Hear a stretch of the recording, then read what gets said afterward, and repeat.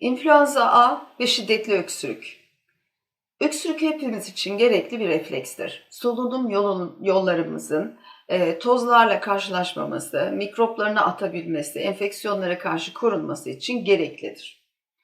Ancak solunum yolu enfeksiyonları sırasında nefes borumuzun üstünü döşeyen tabakada iltihabın meydana getirmiş olduğu tahribat bu refleksin hassasiyetini arttırır.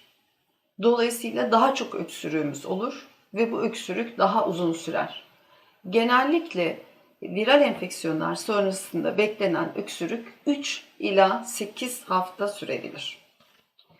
Solunum yollarımızın üst tarafını işgal eden çeşitli salgılar, burnumuzun içinde, genzimizin içindeki salgılar o bölgeye yakın bulunan öksürük reseptörlerini yani algaçlarını uyararak öksürük hassasiyetini, öksürük refleksinin hassasiyetini 9 kat arttırır.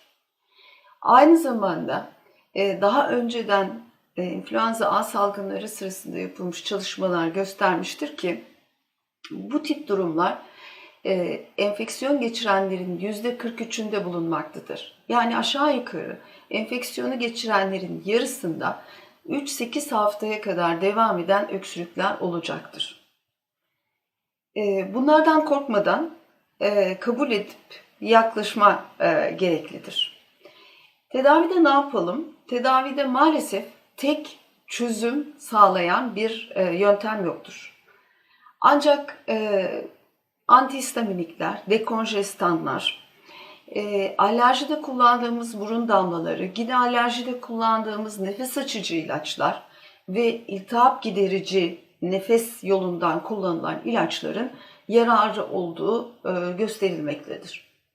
Fakat öksürük şurupları bir kısmı ekspektoran dediğimiz özellikle de bitkisel doğal diye satılan öksürüğü söktürücü öksürük şurupları bu durumda aksine zararlıdır.